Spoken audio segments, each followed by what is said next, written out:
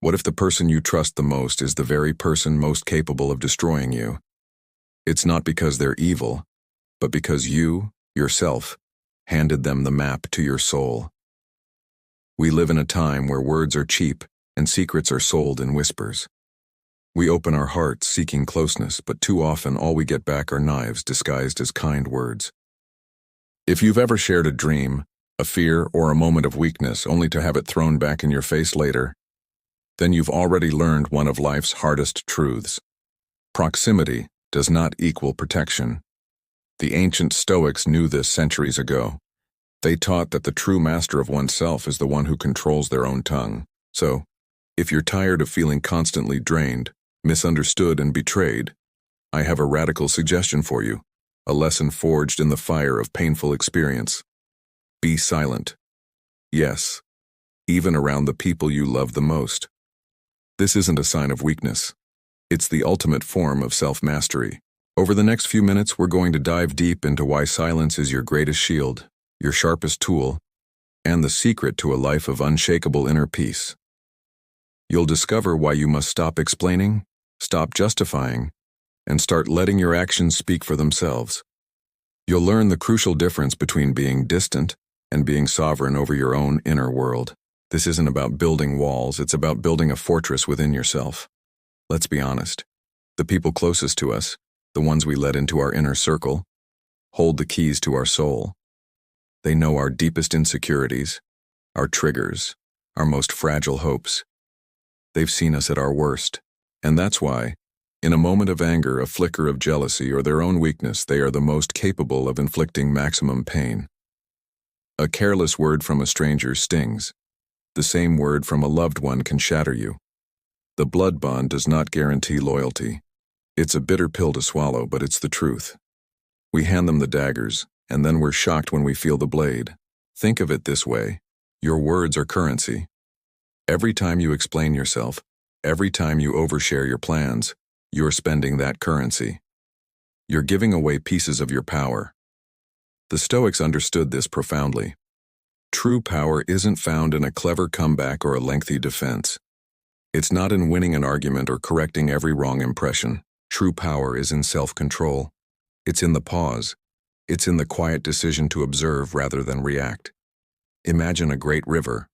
On the surface, it can appear perfectly calm, smooth as glass. But beneath that surface lie powerful, unseen currents. Its depths are unknowable, its strength immense. This is the goal. Appear calm on the surface, but let your depths remain your own. Your inner world, your plans, your ambitions, your vulnerabilities is a treasure. Why would you scatter it to the winds for anyone to pick up? As the old saying goes, what you keep is more valuable than what you let fly in the wind. So much of our energy is wasted. We exhaust ourselves trying to make people understand us, justifying our choices, correcting false narratives. But here's the secret. The person who is determined to misunderstand you will never be satisfied with your explanation. And the person who truly gets you doesn't need one in the first place. You are pouring your life force into a bucket full of holes. Stop. Let them think what they will. Your peace of mind is more important than their opinion. When you feel that fire of anger, frustration, or the desperate need to defend yourself rising up, don't let it explode into destructive venting. That's what they expect. Instead, I want you to try something different. Redirect that fire. Channel that intense energy not into words but into action. Pour it into your work, your workout, your creative project. Use it as fuel to build the life you want. Let your success, your peace, and your progress be your only response. Transform that heat into light. This isn't about becoming a cold or unfeeling person. It's about being selective. It's about understanding that your inner monologue is sacred. Your vulnerability is a gift, and it should only be given to those who have proven over time that they are worthy of holding it. Not everyone who smiles at you is your friend, and not everyone who shares your history deserves access to your future. Start today.